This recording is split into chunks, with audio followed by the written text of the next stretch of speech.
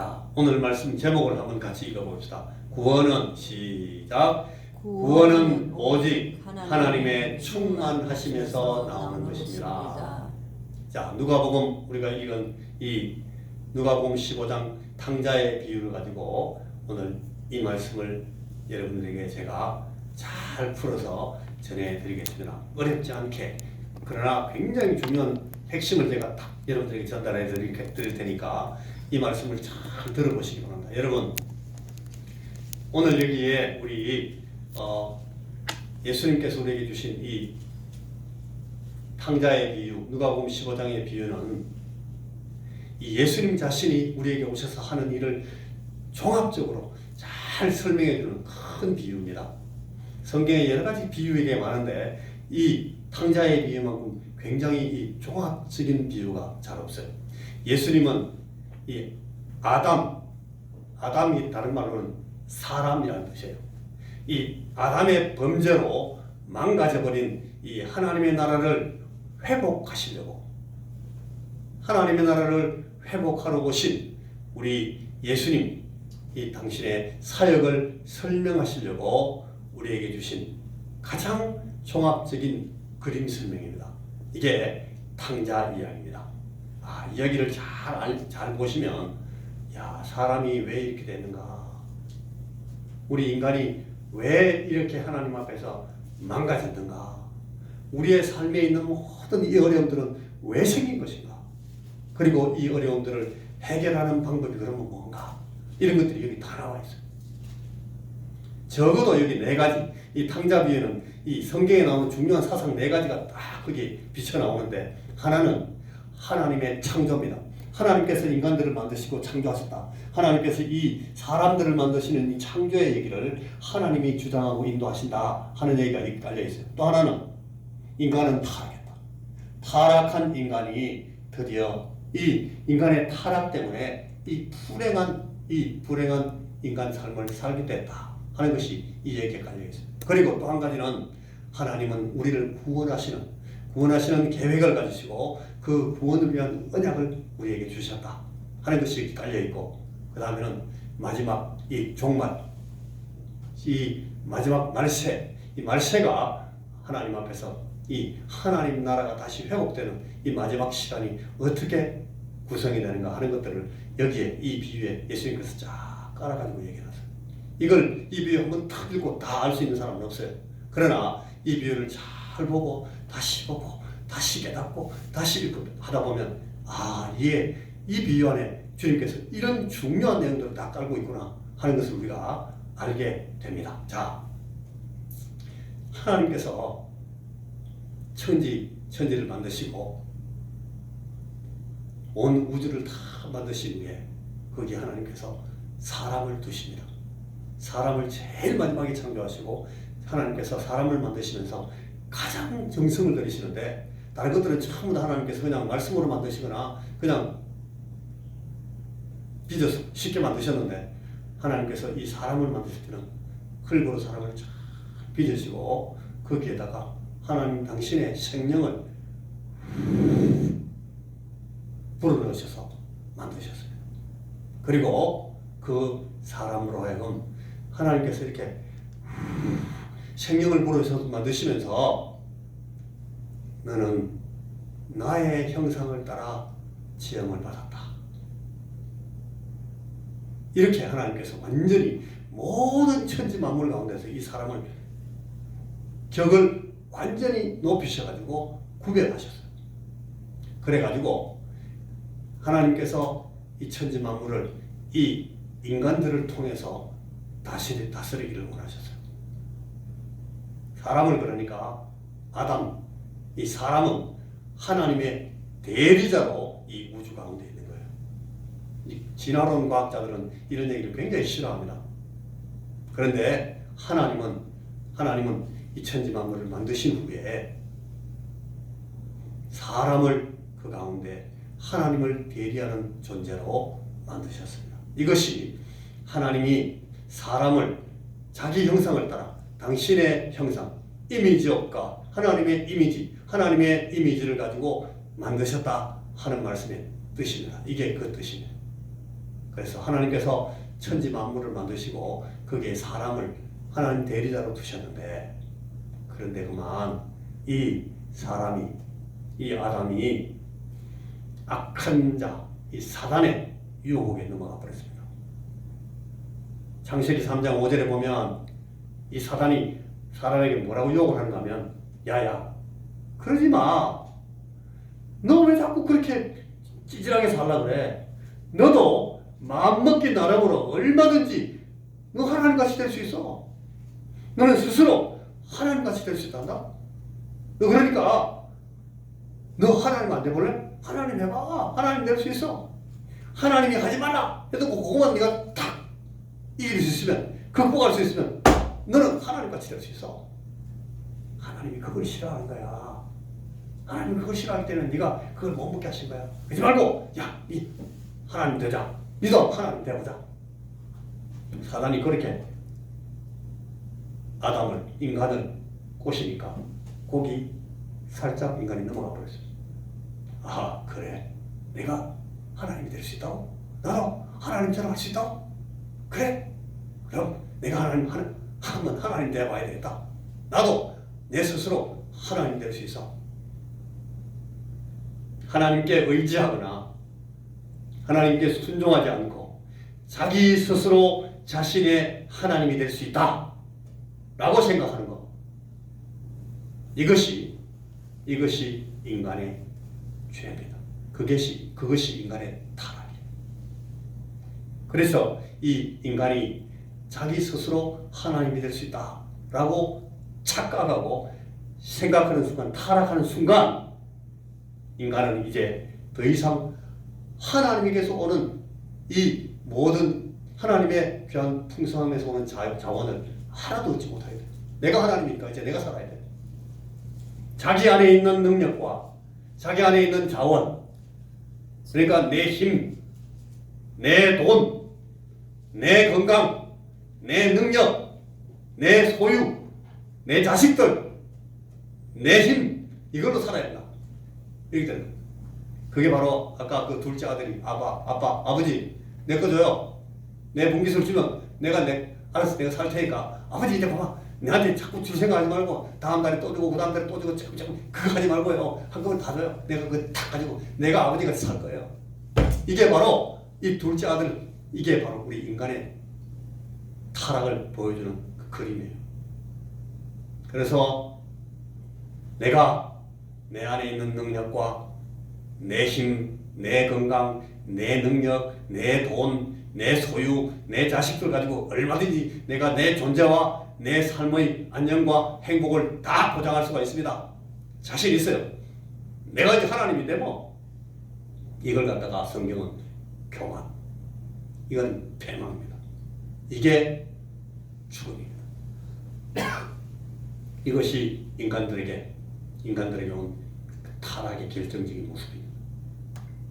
로마서 1장 18절 이하의 말씀에 보면은 인간은 하나님을 알고 또 하나님을 알기 때문에 하나님을 경외하고 하나님을 예배해야 되지만, 인간의 마음이 허망하여져서 악한 자의 유혹에 빠져서 타락해가지고 오히려 자신을 신으로 섬겼다 하는 말씀이 로마서 1장에 나와요. 이게 바로 그 말씀이에요. 우리 인간들은 하나님을 알고 하나님을 섬겨야 되는 존재들인데, 내가 하나님이다, 내가 하나님같이 될 수 있다, 이런 교만에 빠지니까 자기를 하나님으로 만들어서 자기를 신으로 섬기고 자기 배를 두드리면서 내가 하나님이다, 여기서 나오는 에너지 가지고 살 수 있다, 내가 잘 먹으면 얼마든지 내가 온 세상을 다 버덕버덕 들어올릴 수 있어. 그렇게 살게 된다는 거예요.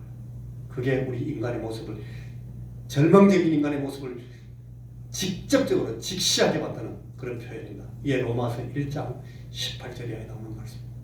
아담, 여러분, 아담, 이 사람, 오늘 이 비유에 말하는 탕자, 이 탕자는 창조주이신 하나님 아버지의 무한하신 그 부요함, 우리 아버지가 가지신 그 부요함, 끊임없이 내게 주시는 은혜로 사랑으로 주시는 그 아버지의 것을, 그 아버지의 자원에서 내가 더 이상 받을 수 없도록 분리돼가지고 내거 들고 내가 틀 테니까 아버지 나 따라오지 마세요. 나 내 거 가지고 가요. 아버지 안녕. 하나님에게서 분리되고 격리돼서 떠나버렸습니다. 그 결과 자기의 그 제한된 그 분기, 둘째 아들한테 준 아버지께서 많이 줬겠죠. 아버지가 다 줬으니까 많이 주기는 많이 줬을 거예요. 그런데 아무리 많이 받아도 그건 요만큼이에요.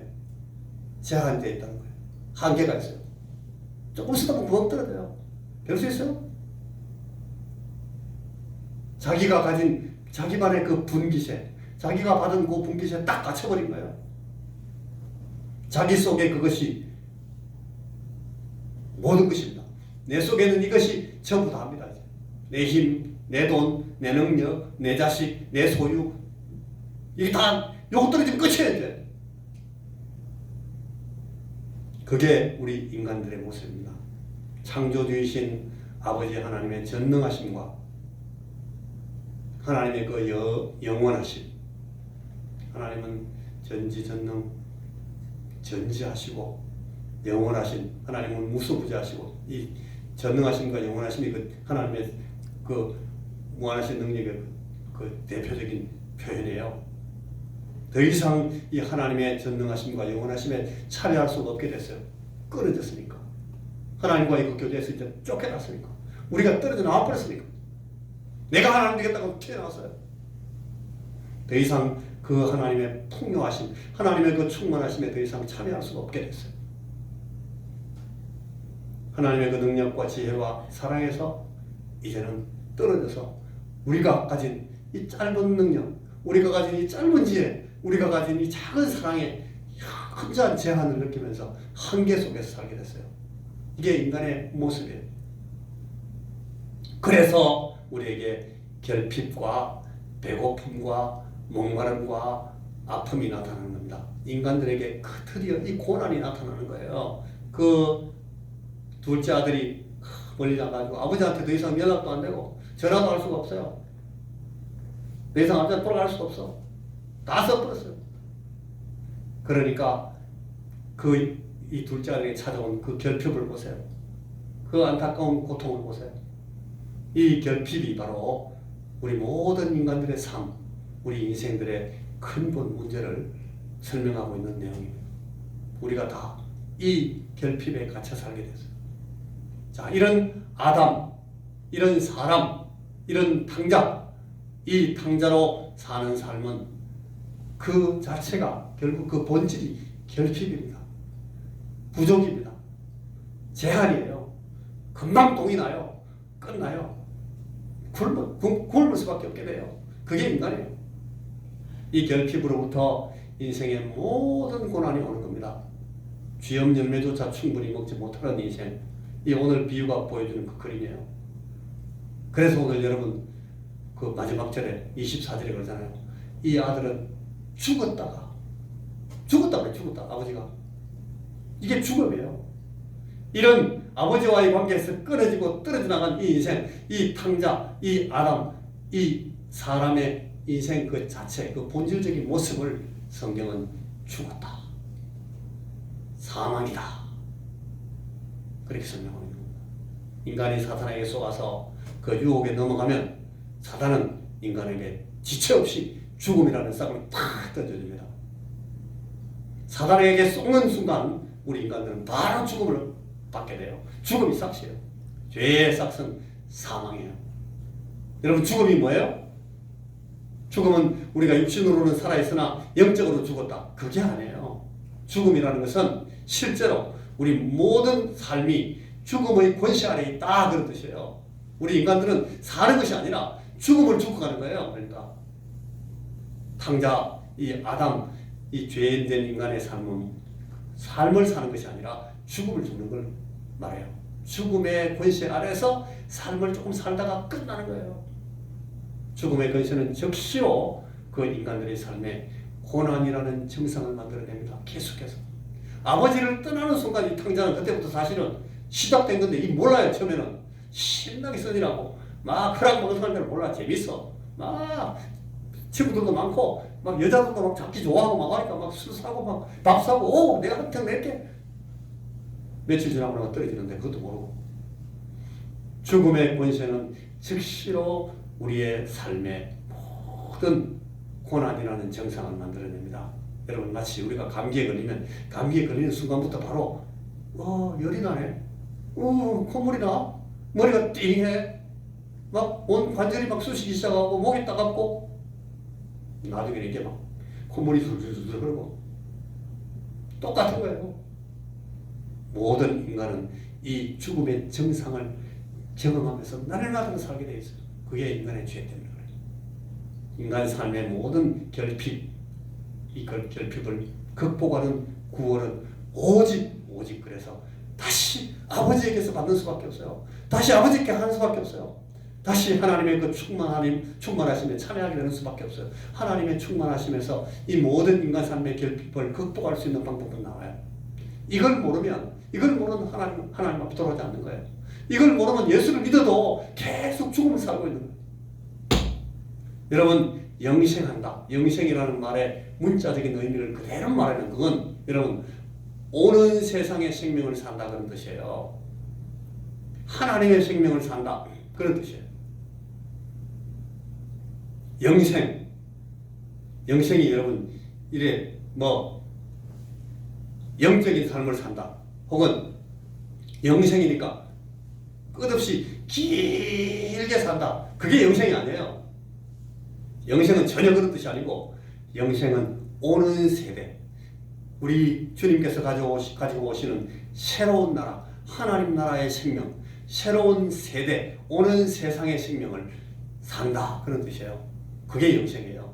하나님께서 다스리시는 처음에 하나님께서 만드시고 우리에게 맡기셨던 그 땅, 그 삶, 그 생명, 그 인생 하나님께서 통치하시고 다스리시는 그 삶을 하나님께서 다스리시는 세상에서 사는 삶을 그걸 말하는 거예요. 하나님께서 통치하시는 삶에 참여하는 삶 그걸 영생이라고 해요. 예수님께서 오늘 탕자의 비유를 통해서 우리가 이 아담의 상태 사람의 상태, 탕자의 상태, 하나님으로부터 소외되고 아버지로부터 소외되고 아버지를 떠나서 분리된 상태에 있는 것을 말해줍니다. 왜 그렇게 됐어요? 바울이 로마서 1장 18절에 설명하는 것이 그대로 다시 설명하면 우리 스스로 하나님이 되겠다고 주장하는 것에 대해서 하나님이 그래 그렇게 한번 해봐라. 네가 하나님 되고 싶어? 네가 한번 하나님 해봐. 하나님이 내버려 두셨다. 내버려 두신 거야. 네가 하나님 한번 해봐라. 그래. 네가 한번 가지고 그거 네 들고 나가서 한번 살아봐. 네 마음대로 한번 살아봐라. 하나님이 내버려 두는 그 순간 그때로부터 그는 이제 탕자가 되는 거야. 죽은 인생, 아담의 인생을 살게 되는 겁니다. 내어버려 두셨기 때문에. 내어버려 둔 상태. 여러분 탕자에게도 다시 돌아가서 말씀드리면 아들이 아버지로부터 멀리 떠나서 자기에게 주어진 그 분깃, 자기 분깃만 탁 움켜쥐고 자기 안에 갇힌 자기에게 제한된 그 자원으로 자기 인생, 자기 생명과 자기 삶의 의미를 찾으려고 노력하는, 시도하는 그 삶을 사는 것을 말해요. 이것이 인간의 큰 문제라는 것입니다. 여러분 이것이 우리 인생들의 문제입니다. 오늘 저와 여러분의 근본적인 문제입니다. 그런데 오늘 이 탕자의 이유는 우리들로 하여금 우리 인생들로 하여금 이 아담적인 이 사람의 삶, 이 탕자적인 그런 운명을 극복하고 다시 한번 창조주이신 하나님께로 돌아오는 것, 우리 아버지 하나님께로 돌아서는 것, 그분에게 돌아와서 아버지 내 잘못했어요. 그래가지고 아버지와 그 관계를 회복하고 아버지와 연합시키는 것. 그래서 창조주 하나님의 초월, 그 신적인 생명에 참여하게 되는 것. 이것을 여러분 구원이라고 합니다. 구원.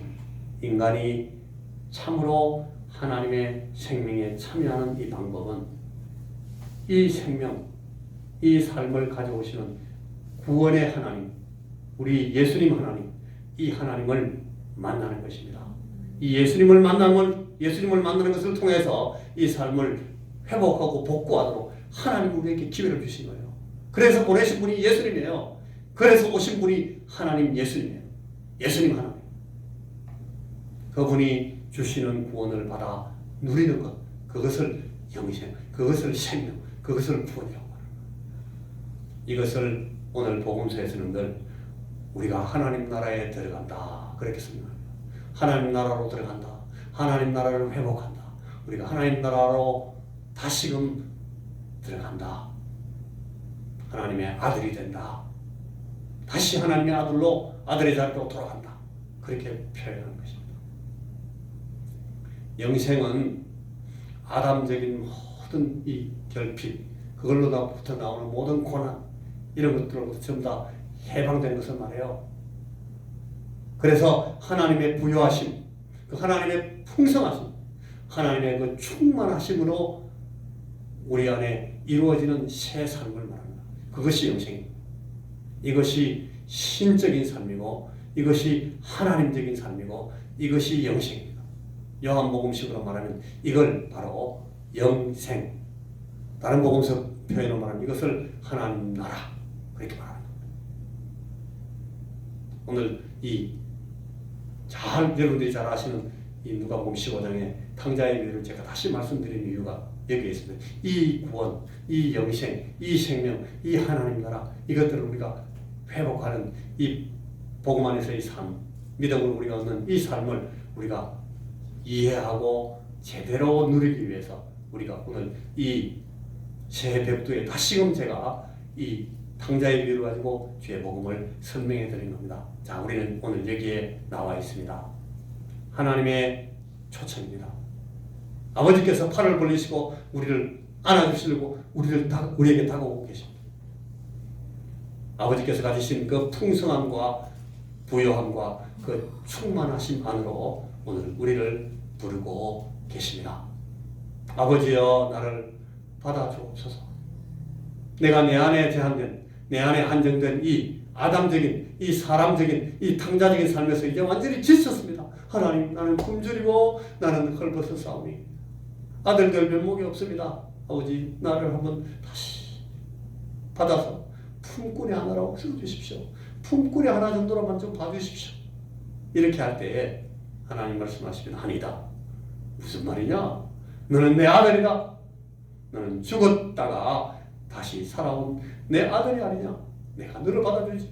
내 여러분들아, 아버지께서 우리를 안아주시고 우리를 사랑해 주십니다. 그리고 우리에게 이 아버지 자신의 생명을 다시금 주십니다. 우리가 영생을 누리게 해주십니다.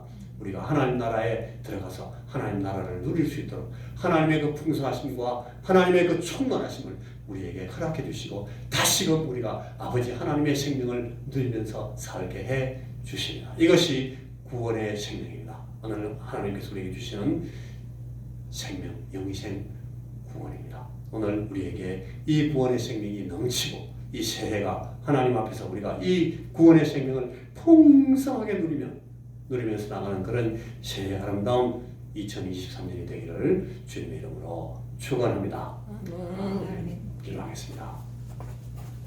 하나님, 우리에게 오셔서 오늘 우리에게 베푸신 이 귀한 사랑, 하나님의 귀하신 영생의 생명, 이 하나님의 나라를 오늘 우리가 다 누릴 수 있도록 아버지 하나님, 이 자리에 하나님 앞에 나와 있는 어떤 심령도 이 하나님 나라를 놓치고 사는 사람들이 없도록, 하나님 이 하나님 나라를 알지 못하고 교회만 들락 날아가다가 끝나는 사람 아무도 없도록 주여, 우리 예수님 하나님을 통해서 이 구원의 생명을 다 누리게 되는 우리 사랑하는 하나님의 자녀들 다 되도록 주여, 오늘 성령께서 우리 안에 일해 주시옵소서. 하나님, 이 자리에 참석하지 못한 우리 형제 하나님, 우리 자매들이 있습니다. 주여, 기억하여 주시고 저들에게도 이 복음의 귀한 진리가 설명되게 하시고 이해되게 하시고 믿음으로 일어설 수 있도록 저들 속에 우리 성령께서 역사해 주시옵소서.